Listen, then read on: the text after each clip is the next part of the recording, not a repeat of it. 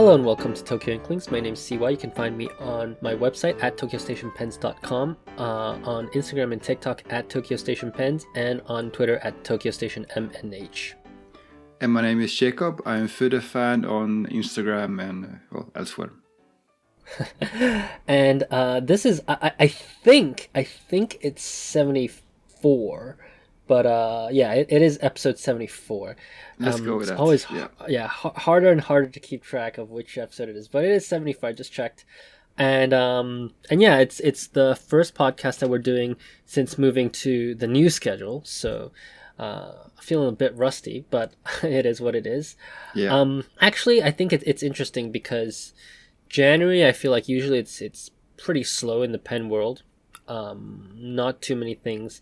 In the West, people just emptied their wallets buying Christmas presents, whereas in China, people just refilled their wallets with Chinese New Year. So they received money. So in China, it's a big spending time. But what is the cutoff age when you have to start spending rather than receiving the envelopes? It's when you get married. Okay. Yeah, so once you get married, you gotta start giving. You don't get anymore. So it's a sad reality of life, but I see. That's what it is. Yeah, but I guess in Japan we have otoshidama. That's true. It is a thing, of course, but I get the impression that it's not quite as strong a tradition as the Spring Festival. Maybe kids get it here more, but in China it's like, it's a huge thing. There's like ceremony, and you have to say like specific words in order to receive this money. So every year is associated with a different animal according to the kind of Chinese version of the zodiac. Sure. And so every year you have to say these phrases according to which animal year it is. But as you can imagine, these years, they only come once every 12 years, right? So it's insane. It's impossible to remember all of them.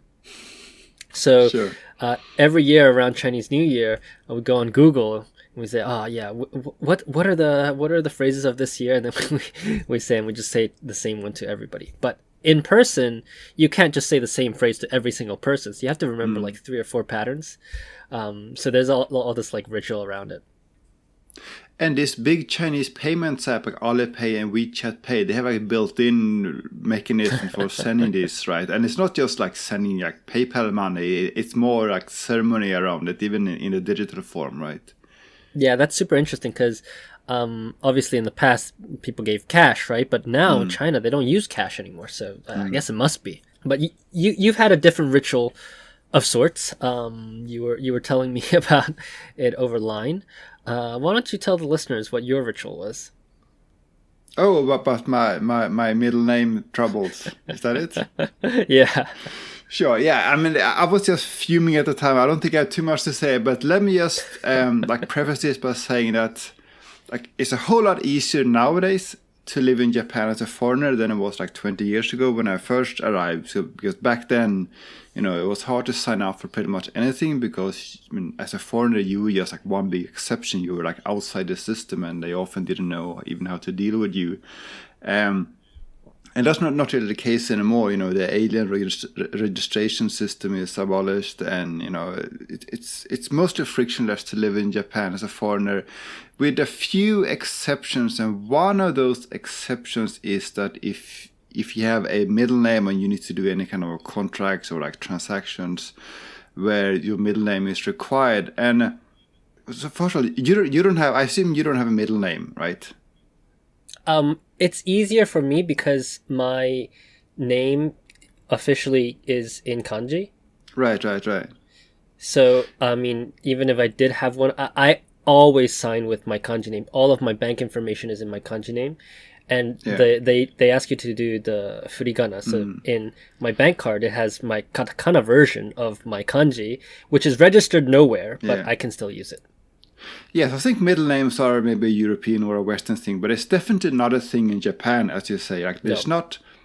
There's never an input field for your middle name, but But for official documents, they still usually want to record your middle name if you have that in your passport. They want it to match your passport. So they have to cram your middle name into either the first name or the last name field, either the before or after the name, or with or without spaces. And the space can be like a single size to double size, which is the whole thing. That's a whole different story. But there can be a surprising number of different possibilities, different ways of cramming your middle name into a Japanese system. But anyway, so I had to re-verify my PayPay identity a few days ago, and which is not a big deal. And nowadays it's really easy to verify your identity online, because we have these My Number cards and they have the IC chips, and you can use the NFC sensor on your phone. It's super easy, super convenient. But after doing that, after verifying my identity on PayPay, I couldn't connect my bank account anymore. And PayPay being like a payments app, that basically rendered it unusable, right? I mean, without bank account, I can't pay for anything. And I didn't even notice that at first. So I think I was standing at like my local bakery or something and buying baguette, whatever it was. And suddenly I couldn't pay. And since I always use PayPay, I didn't even have cash or credit card because I normally don't use them, right? So I just stood there with my baguette that I couldn't pay for, which was a bit embarrassing. But so I had to go back home and troubleshoot, and it turns out predictably that PayPay had like screwed up my middle name when they copied from the My Number card. It no longer matched, what how my bank had crammed my middle name into their details. So I had to contact customer support, and they wanted me to email photocopies of my other IDs. And by the way, emailing photocopies of passports and stuff, it's not a good idea in general, but often in Japan that's how they expect you to do it. So I spent like a good week emailing back and forth and answering questions, and eventually they manually updated my account details on their end, and suddenly everything worked again. And that's that was when I was fuming the most, and when I was sending you angry messages about that, because I realized at the time just how dependent I am on PayPay. Are you also a heavy PayPay user? I'm not. I'm a credit card person. Oh, I see. Because I wanna rack up them credit card points. But that's fair. But with PayPay, you still they have different types of points and different campaigns all the time, and the various ways. Sometimes you get up to like 5% or whatnot. But more importantly, a lot of small shops like your dry cleaner or bakery or flower shop, whatever it is, they take PayPay and cash, and that's it. At least out here in the sticks. But what about Seika? Sometimes they do, but there are definitely cases where they only take PayPay and cash. And I think the reason for that is that the barrier is, all you need to do to accept PayPay is to print out the QR code, right? You don't need any sophisticated like payment system on your end. You just need to print your QR code. So you scan your QR code, and that's all you need to do to pay. So. And that's why even your local little flower shop that has like an ancient cash register can still take PayPay. Yeah, and there are no transaction fees, I believe. They weren't at first, and that's how they got everyone hooked. But nowadays they have transaction fees, and apparently they're quite high. But they do these campaigns every once in a while to make the merchants stay on the system and to attract new merchants. So I believe PayPay is, if not the biggest, at least one of the very biggest payment systems in Japan. And you even use that online. So, if I pay for something on a Yahoo Auctions or Uber Eats, I scan the QR code on the screen with my phone, and it works everywhere. It's super convenient. Yeah. Well, coming back to this name thing, I used to know a guy. Apparently this is a thing in Indonesia where some Indonesians of Chinese descent don't have family names, so they only have one name on their passport. So you can imagine what a nightmare that is. That must be even worse, yeah. Yeah. Not even in Japan, right? It's like, you go to a different country, you have to write your, given names and family name. Like, yeah, I don't have one. So, but it is quite interesting, I think, that Japan. I feel like Japan is a country that's always obsessed with the West and particularly Europe and the United States. And for them to be so kind of obsessed with the Western culture, but at the same time reject all forms of actually adopting that culture is a paradox. And one of the pens that I think really shows this is the new Sailor mini pen. Oh, I nice think it's a segue mini there. slim. Yeah, Nice segue. I was planning that. I mean, we've droned on for about 10-15 minutes about Pepe and last names. So the listeners are waiting for what happened to this show. But I did want to talk about this pen because I think it's super interesting, and you see this really as a trend in how Japanese companies name their products. So the last time Sailor came out with something really interesting was the Velio, which was like two different words. I think it's Veil and Iro together, and they became Velio. So that's one way they named it. Right? That is, I mean, that name is so Japanese. You have a little like European spice combined with Japanese. Yep. And then you have things like Ilmili, which is I like me, I like you, or no, I like you, I like me, which is again, it's a terrible name, but this is how, the minds of Japanese marketers think. And it's taken from like English phrases, right? And then you have the Sailor Slim Mini, the Rencontre, and I don't know how they actually say it in the katakana, but it's a French word. So they like to take these like European words and just make them names. But this pen not only I think is the name very European inspired, but it kind of looks like an Italian pen, doesn't it? That's what's been going around Twitter.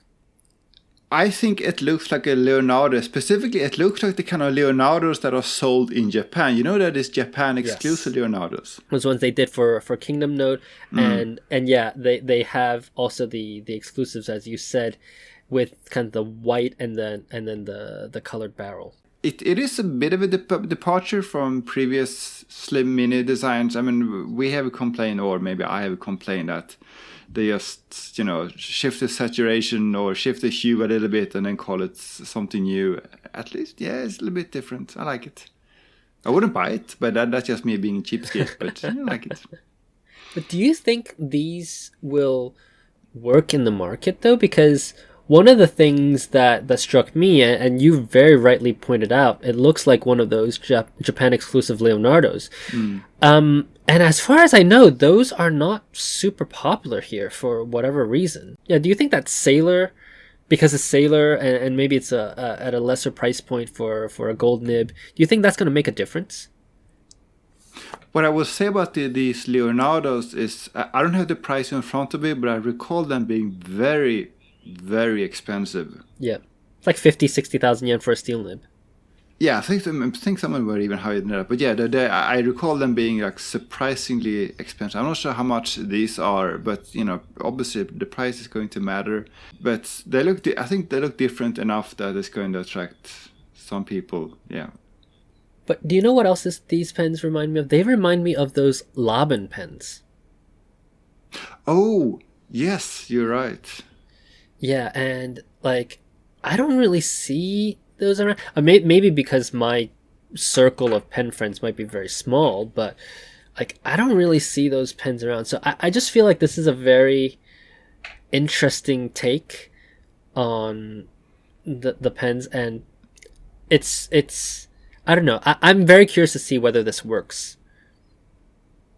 Because if this does, it will mean that it's mostly the price and the material, and maybe to an extent the manufacturer name, that sells or that's impacting the sales versus those Leonardos or those Laban pens.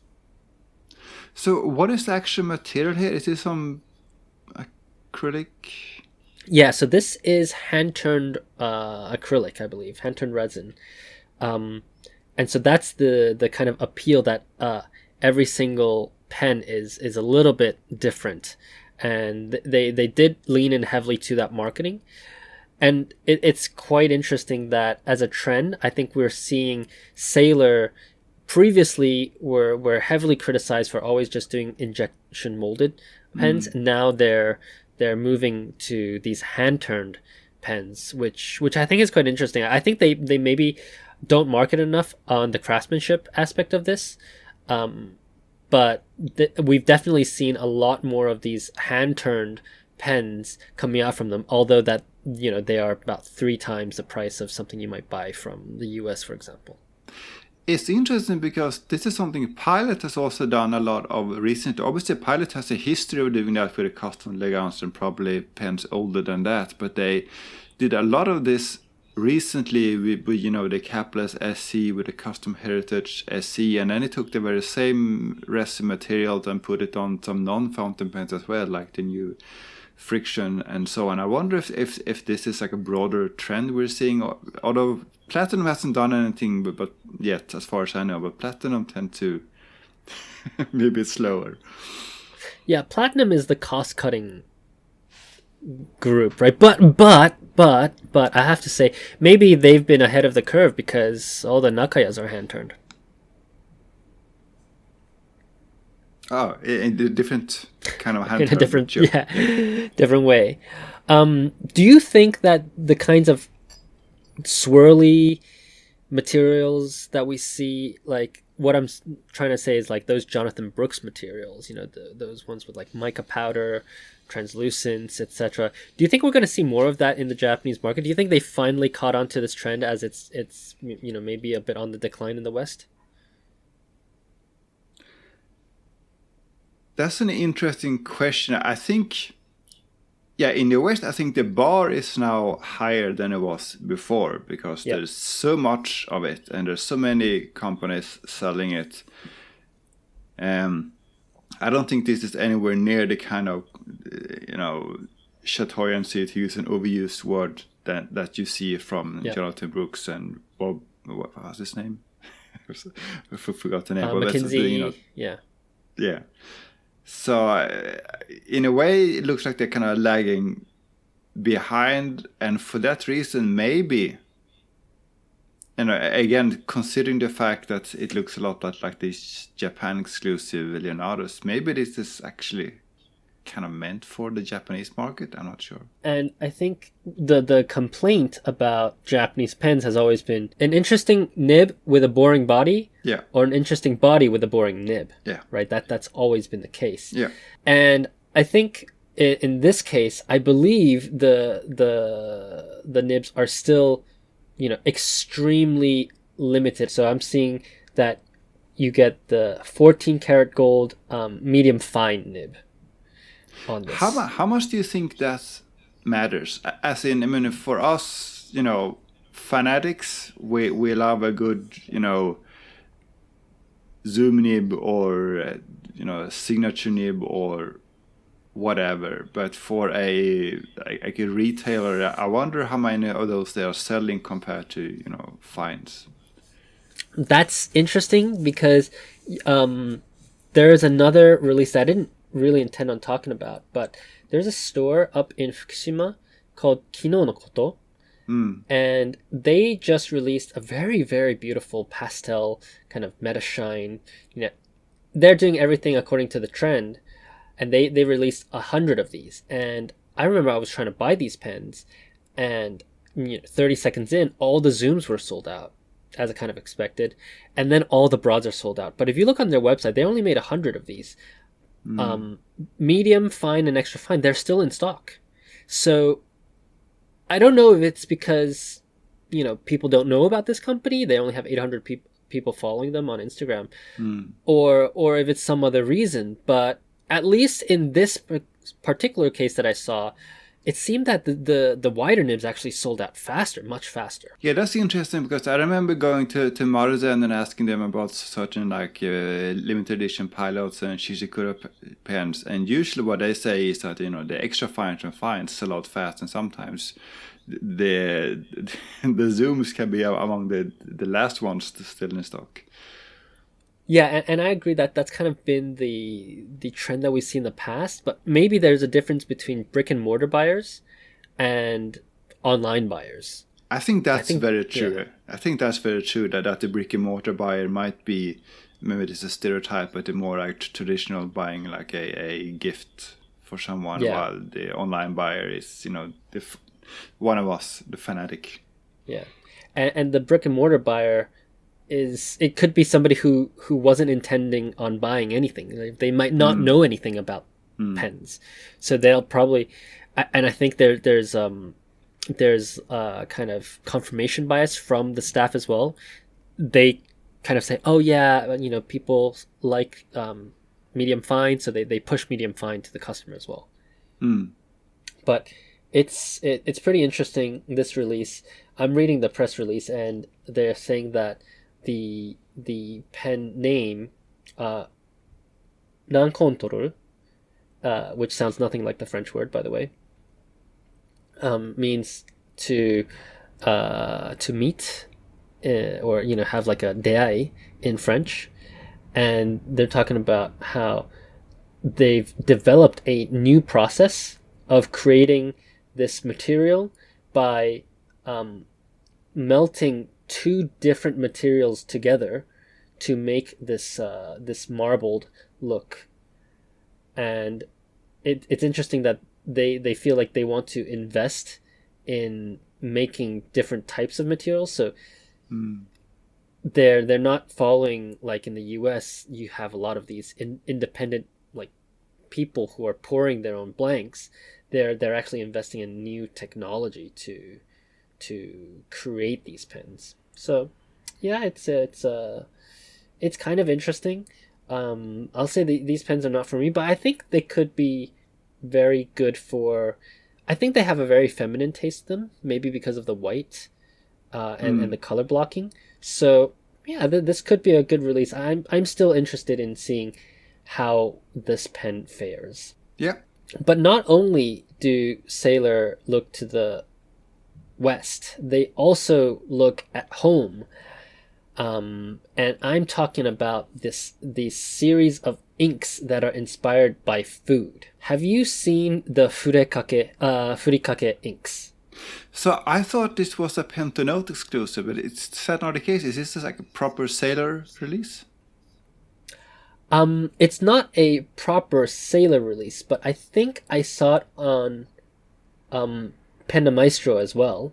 So Kobayashi Bungu is selling this, at least. It must have been commissioned by this company Mishima, and then they're just having a bunch of retailers hold them, at least. But yeah, Panda Maestro, I'm looking 5 hours ago. They did a post on Yukari, which, yeah, I don't even know what that is. And then yeah, as you said, Pentanoto was carrying these inks as well. So let me ask you, would you buy a food themed ink? Do you think that's like part of the charm, part of the appeal? Or yeah, would you buy a ink that you would not otherwise buy because it's food themed? I think most of us now have so many inks in every color of the rainbow that the barrier is now very high. I mean, it's hard to be excited about the new ink, but the thing that could make me buy this, maybe not for myself, but for someone else, is the humor value, right? I don't even care what the color is. I might not even open the bottle. I would buy this just to have a good laugh and give it to someone. This is the meme ink. Yeah, exactly. Yeah. And it's interesting because we don't see, like, we see a lot of inks, I feel like, in Japan that are kind of evoking seasons or locations or whatever. But we don't see a lot of, like, humorously named inks unless it's Tonal Limbs. I think Tonal Limbs has a lot of those, like, dad joke inks. Yeah, yeah. But, we look at Sailor, it's like Kamogawa, or Yukino, like whatever. But here, I think it's one of these rare sailors that is kind of playful. And the other ones that I can think of is those inks that they bring out at Bungajoshi with the izakaya inks that you can only buy at events. Yeah, exactly. It's the same thing. It doesn't really matter what the colors are. I mean, you buy them to have a good laugh, and I think that's an excellent reason to buy anything. Yeah. So I thought these were fun little inks that we can talk about. Moving on, I want to talk a little bit about platinum, because we haven't gotten a chance to really get together after the price increases in platinum. But for the longest time, we've talked about this before in the podcast. For the longest time, there were 3 pens that were in contention for your first gold nib, right? There was the Century 3776, there was a Pilot 74, and then there was the Promenade from Sailor. Promenade doesn't exist anymore now. It's the slim size, and the 74 I think is around 1,500, 1,600, 16,000 yen. And Platinum's 3776 now is officially over 20,000 yen. Do you think... I think the question is, does this psychological barrier of 20,000 yen mean that it will become less appealing for buyers to get the 3776? We talked a lot about inflation, which has finally happened in Japan, but the salaries haven't gone up accordingly, right? So, well, actually, let's look at the competition. What else is available for 20,000 yen if you go to like a general like Itoya? Yeah. So I think there are 2 pens in contention right now. First is the Pilot 74, which I believe hovers around the 15,000-ish mark. I can check right now, but yeah, it's the regular ones are 13,000, and then the course nibs and music nibs are 15,000. Yeah, I think this is. I mean, I think in a few months' time we will have to revisit this, because Pilot, as I wrote in my year-end post, Pilot is the only pen maker that hasn't officially announced, at least as of December, hadn't officially announced any price increases. They have kind of done it indirectly, because we talked about the Hana Shobe pen, which was 20% more expensive than the previous one. So they are increasing prices, but they haven't done that across the board in the same way as Sailor has and Platinum has. I think they did, though. I think they did. I think it came into effect January 1st. There was a worldwide increase of about 15 to 20%. Because this time last year, the 74 was 13,000 yen. So I think they did, but it wasn't as dramatic. And I think we kind of didn't notice it because it didn't pass. I mean, the first digit stayed the same, you know? It was still 1. But now Platinum has broken the barrier, and the first digit now says 2. And so you have, you know, the spiritual successor of the Promenade, which is the Prophet Light, that's 13,000 yen. The 74 is 13,000 yen. And the 3776 is 20,000 yen. Or 22,000 yen including tax. So you've got a big difference here. And I think there could be an argument that the 3776 has a bigger nib, so there's more gold content in there.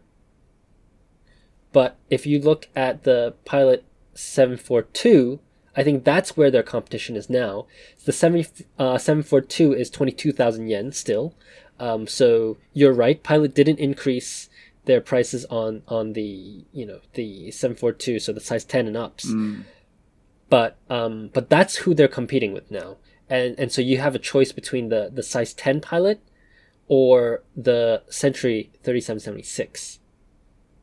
I don't think 376 has ever really been compared to 742. I agree. I mean, just looking at the nib size, there's an argument to be made there. But I think, as you said before, it has been 74 versus 3776 versus Promenade. For some reason, even though 3776 has a bigger nib, it was compared, maybe because of the price, to the others.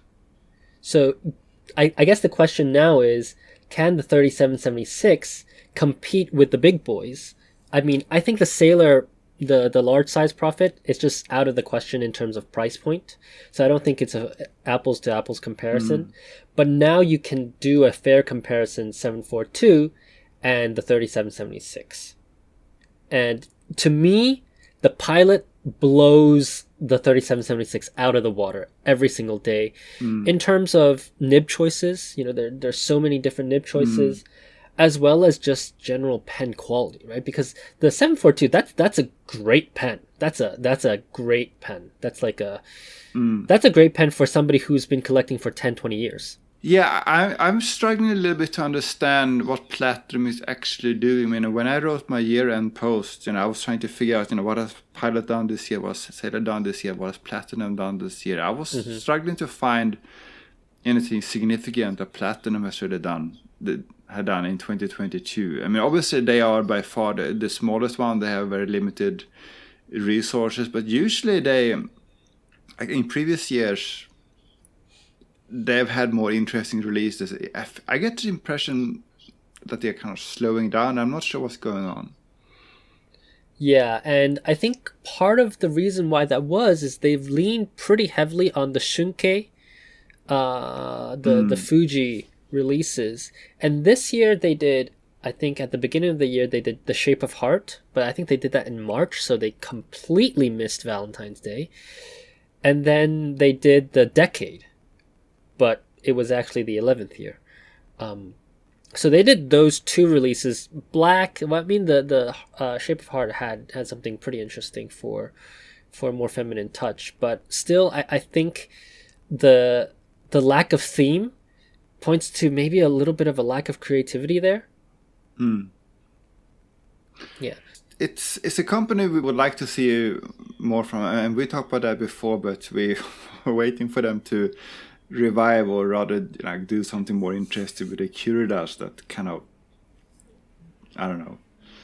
Yeah, so that's another question, because they spent like 5 years developing the Curidas. They must have spent tons and tons of money on this, and they expected this to be a bestseller.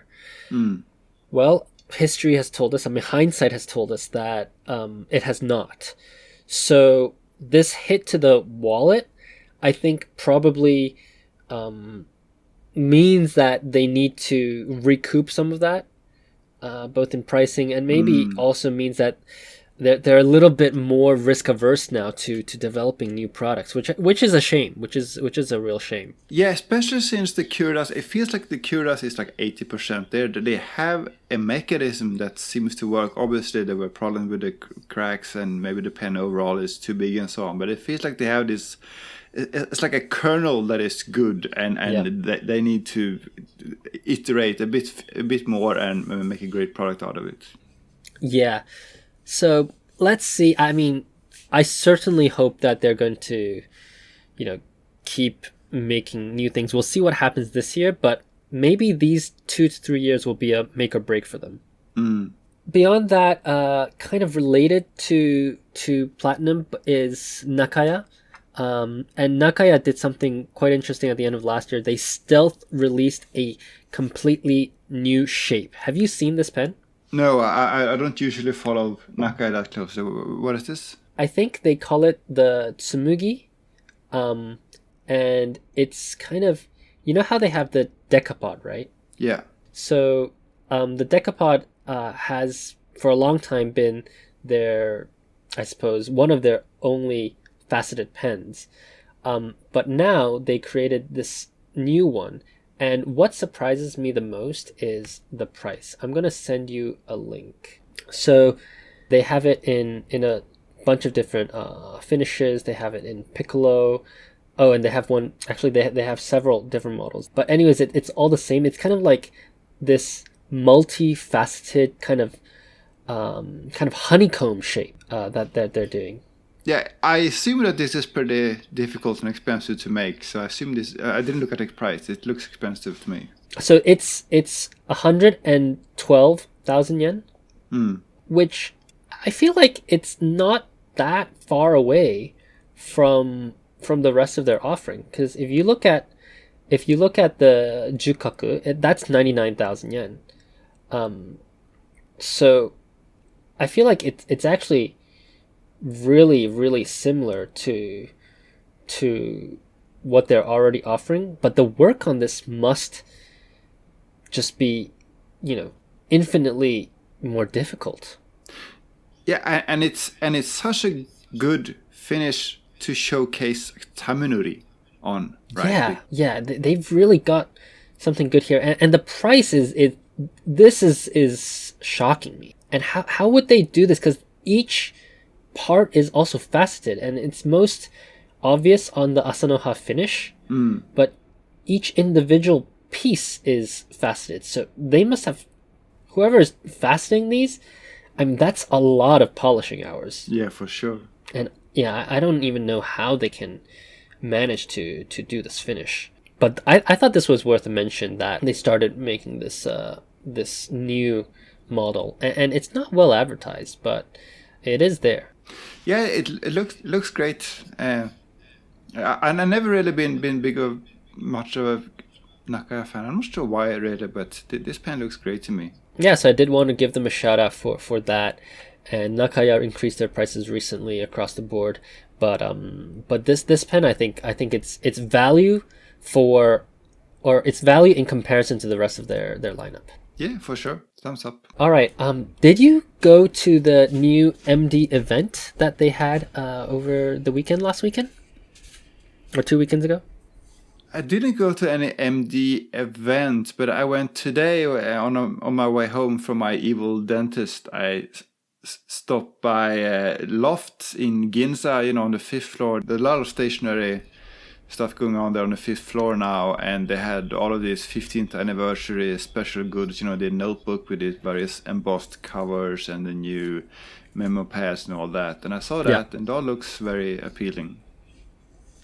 Yeah, I went to, apparently it's the 15th anniversary of MD Paper, and I went to their anniversary event. It was held in the Spiral, and it was a nice event. I think it's a very commercial event.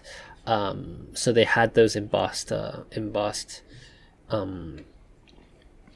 notebooks.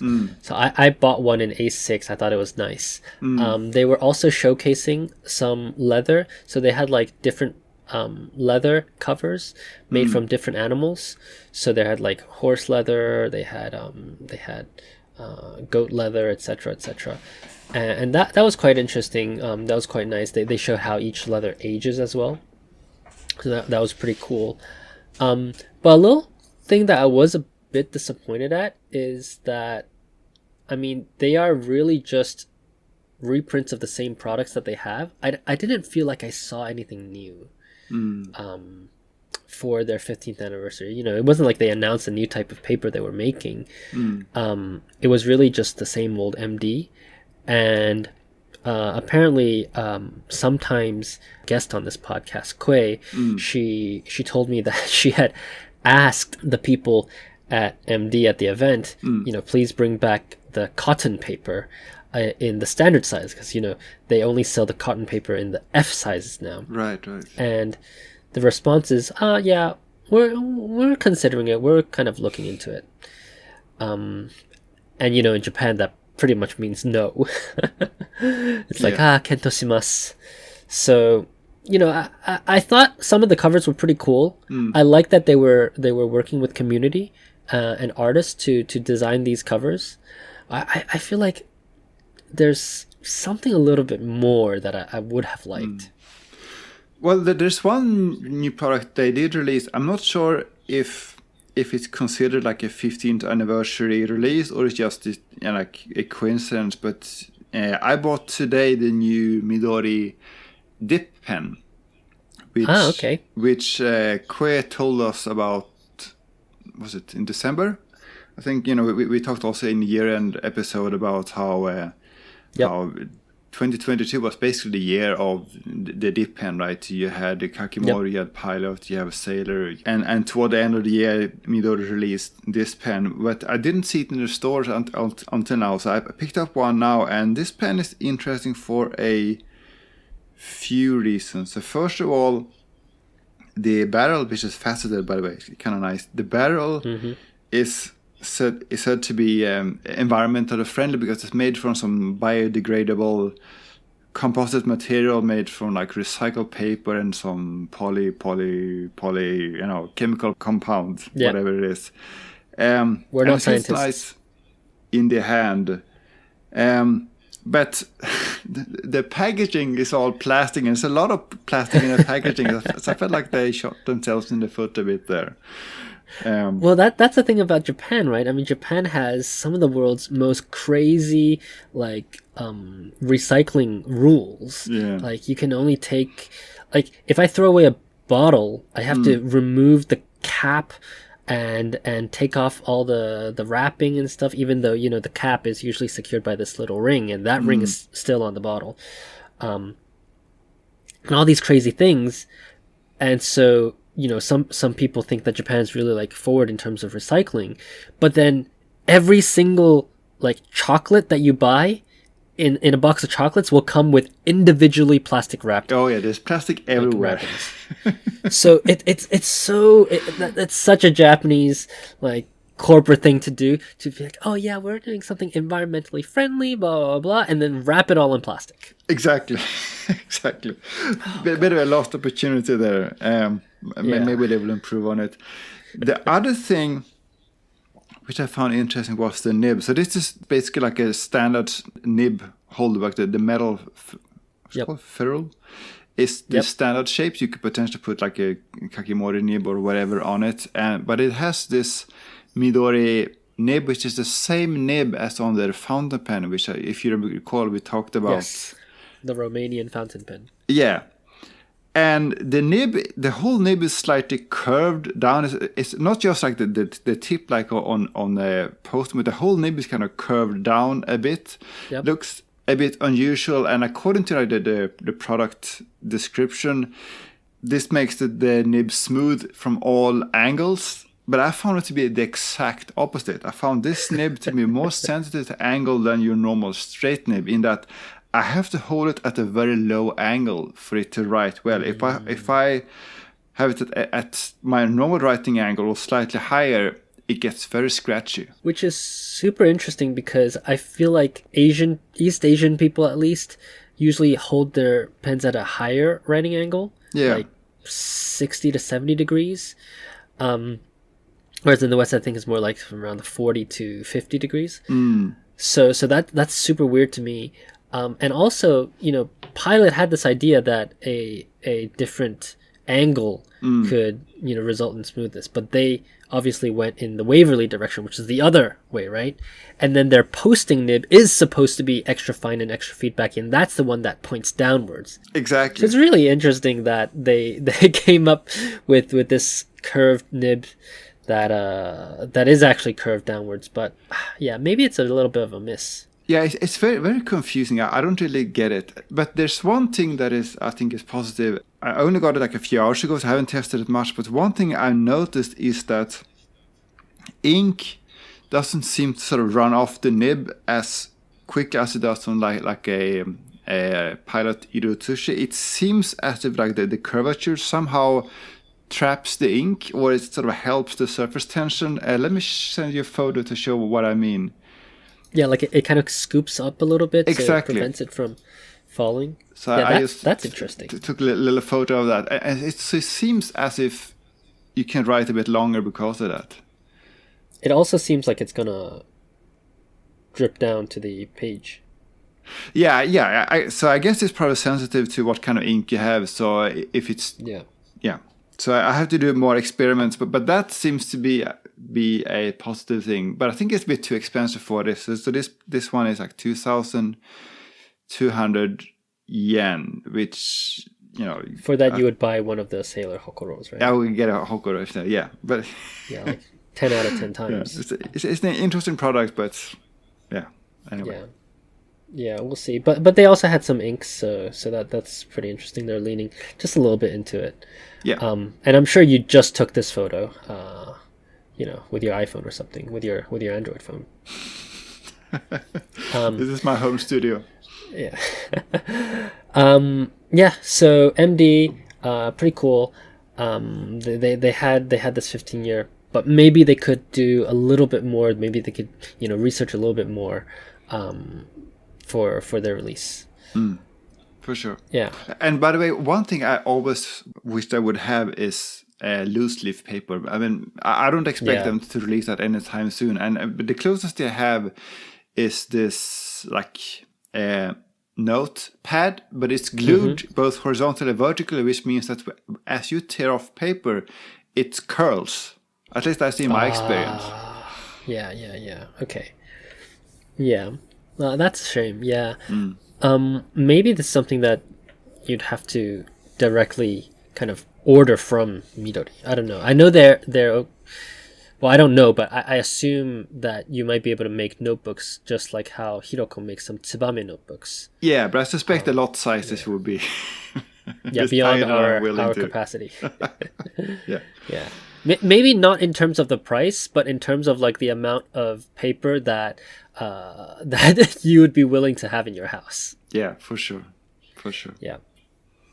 And then lastly, on the manufacturer front, Pilot did a collaboration with Eric Smallthings, where they created this kind of like iPhone background or Android phone background, and front and center is the ink, but then you have the Kakuno and some like 74 and the vanishing point as well, I believe.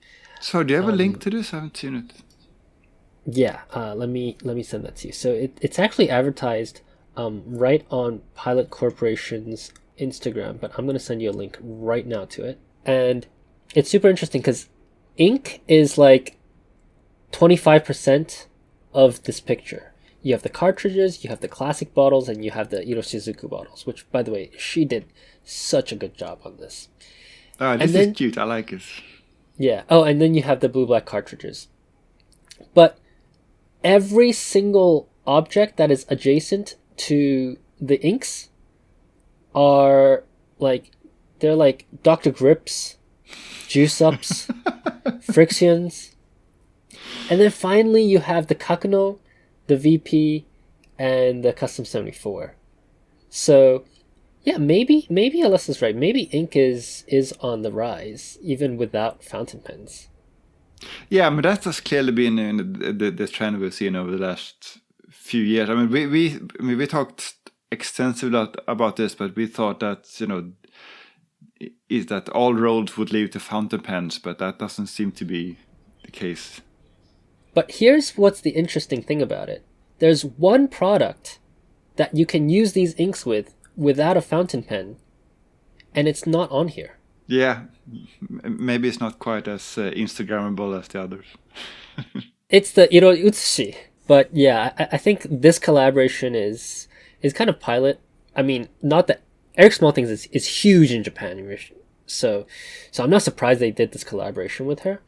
But I like that they're working again, as I said, with artists to come up with this kind of stuff, and I really do think it's a good way to kind of say thank you also to the community that supports them in their work and in their products. So I really, really do appreciate that. Yeah, it's really cute. I like it. Yeah. Okay. I want to end the podcast just with the topic that I read on Reddit today. And it was asking, it was this person, he was asking, or he or she was asking, I want to buy some pen, I think it's like a E95S on eBay. What are the chances that I'm going to get a counterfeit pen, or how can I make sure I don't get a counterfeit pen? So, you and I maybe less now, but I think we are experienced dwellers of Yahoo Auction and Mercari, and we have a lot of experience buying secondhand pens from maybe less than reputable locations. Let's put it that way. Yeah, but at least in my case, I only bought it from Japan, only Mercari, Rakama Frill, if anyone remembers that, and Yahoo Auctions, and it has never ever even occurred to me that I might get a counterfeit product. So have you ever gotten a counterfeit product? No, no. As far as I know, if it was counterfeit, then it was so well made I didn't realize it. But it never occurred to me that was even a consideration, a risk. At least not if maybe if I'm buying on eBay, but in Japan, no. No. So I feel like unless it's a Mont Blanc, there isn't really that big of a risk to get counterfeit products. I mean, I think at most you see like rebrands of like gin house that might have different names, but counterfeit I really don't see a lot in pens. So, but one thing I would say about Mercari in particular is that if we talk about fountain pens, there are really like broader two categories of sellers.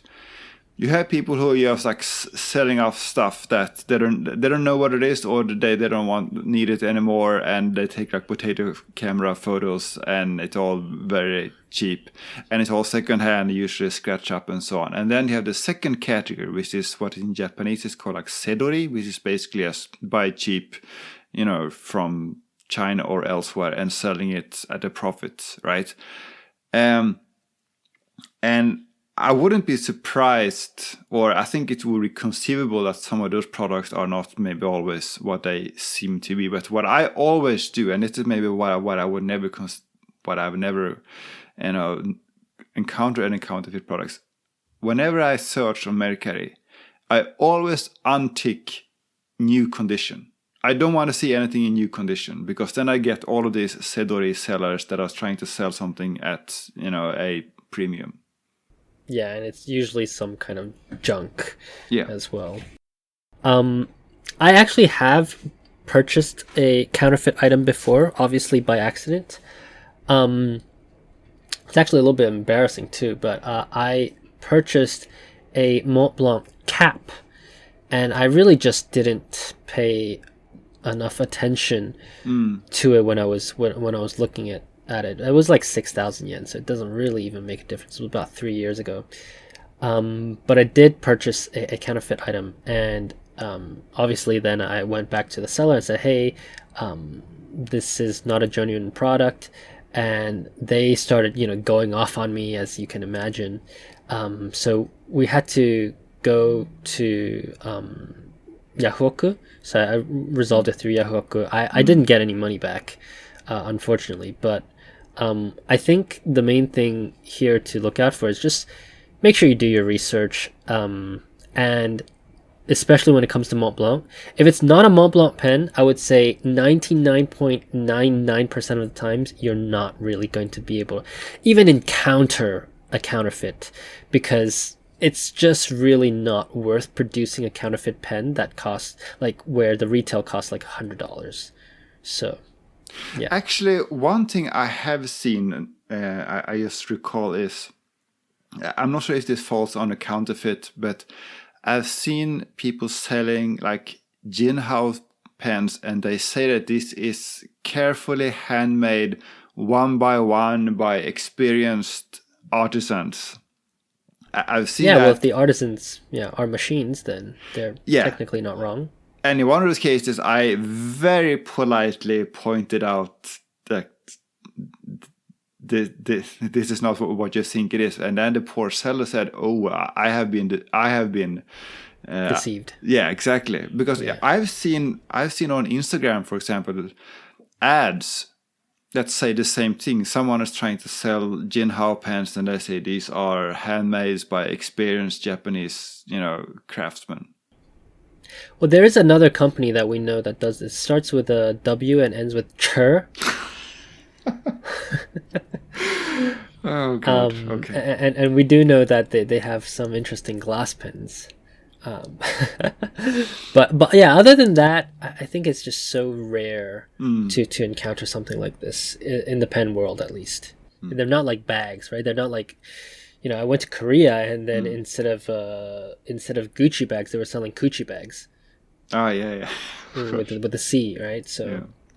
But I wouldn't be surprised on eBay that anything goes, especially if you're buying from some other country where the rules and regulations may be differently. I think if you buy in America, you need to verify your identity and so on. And I my experience with America has been nothing but good. I just bought now. I got a Platinum 3776 with a coarse nib and an old Sailor with a 21K nib for like 5,000 yen from a seller, and they included a little thank you note, and that's like thank you for everything, and I included some extra ink cartridges. One, it was so cute and was so carefully wrapped, and it was Japanese in the best possible way. And next day shipping. Yeah, that too. Yeah, I mean, with eBay you have the eBay's buyer protection, which is pretty strong for the buyer. I wouldn't worry too much about it unless it's a Mont Blanc.